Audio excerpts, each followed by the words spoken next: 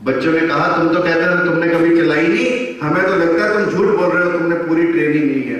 तो स्वामी विवेकानंद ने कहा कि मैंने कोई ट्रेनिंग नहीं ली, मेरी एक ही ट्रेनिंग है, वो ट्रेनिंग है एकाग्रता की। और जब हम अपने जीवन में एकाग्र होने लगते हैं तो सारे के सारे काम अपने आप से होने लगते हैं और सरल होने लगते हैं, सीधे होने लगते हैं और हमारा जीवन कामयाब होने लगता है। This is the advantage of being focused.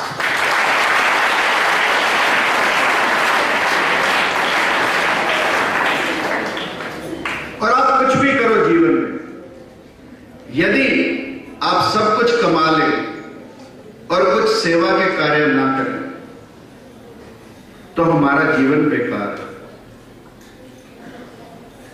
Ramayan में लिखा है, तात कर्म निज ते गति पाई, परहित बसा जिनके मन माही, तैकू इस जग में कछु दुर्लभ नाही। यानी जिनके अंदर परोपकार की भावना, परहित की भावना बसी हो, उनको जीवन में कभी कुछ ऐसा नहीं जो वो ना पा सके। आप देखो मिस्टर रेड्डू इज हियर, सेवा का काम कर रहे हैं। आप बच्चों को अप्रिशिएट कर रहे हैं, आप बच्चों को आपकी प्रतिभा को बढ़ाने के लिए आपके एंथुसियाज्म को बढ़ा रहे हैं, आपके उत्साह को बढ़ा रहे हैं, आपका उमंग को बढ़ा रहे हैं। घर में भी पैसा रख सकते थे, परंतु उस पैसे का कुछ हिस्सा बच्चों के काम आए, किसी की सेवा में लगे, किसी का भविष्य बनाने में लगे। It is very important to life. हमारा इतिहास भरा पड़ा है सेवा के कार्यों से। महर्षि दधीची का नाम सुना आप लोगों ने?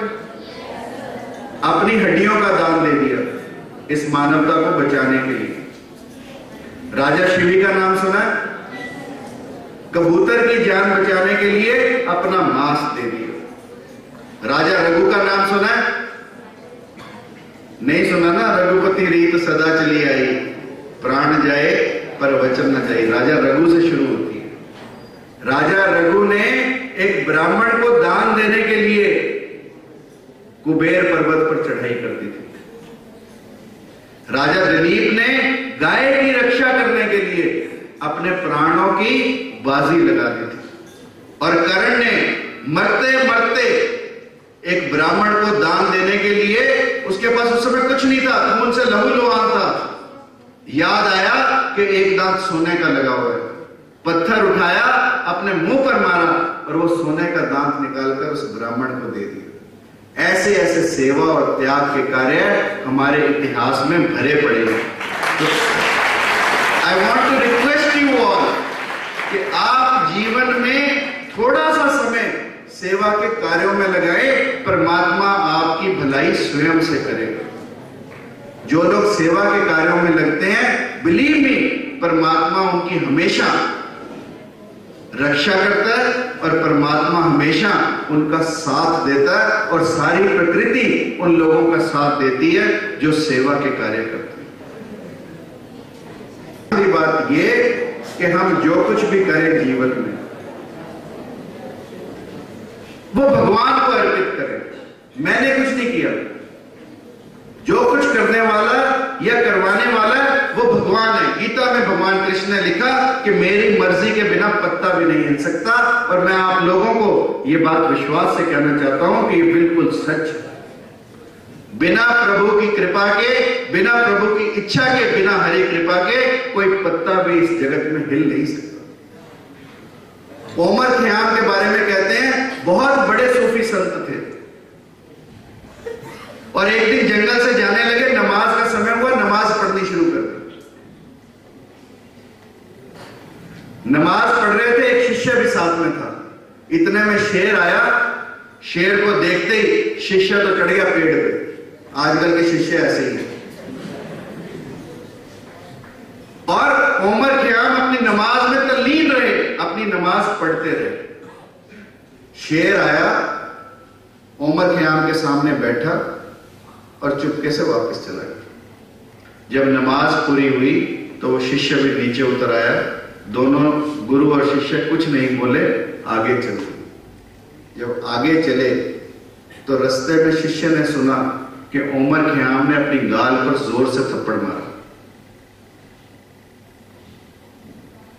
शिष्य ने कहा, गुरुदेव क्या हुआ? उमर खयाम ने कहा, कुछ नहीं, एक मच्छर था। तो शिष्य ने कहा, गुरुदेव जब शेर आया तो आप बिल्कुल भी विचलित नहीं हुए, और जब एक छोटा सा मच्छर आया आप इतने विचलित हो गए कि अपने आप को इतनी जोर से थप्पड़ दे मारा। तो उमर खयाम ने कहा, जो बात हमें अपने जीवन में सबको अपनानी चाहिए। उमर खयाम ने कहा कि जब शेर आया उस समय मैं परमात्मा के साथ था, और जब मच्छर आया तब मैं तेरे साथ। तो यानी कभी भी ढूंढें तो वो परमात्मा का, इसके अलावा जीवन में कुछ काम आने वाला नहीं है। इन्हीं शब्दों के साथ आप सब ने मुझे इतने प्यार से सुना,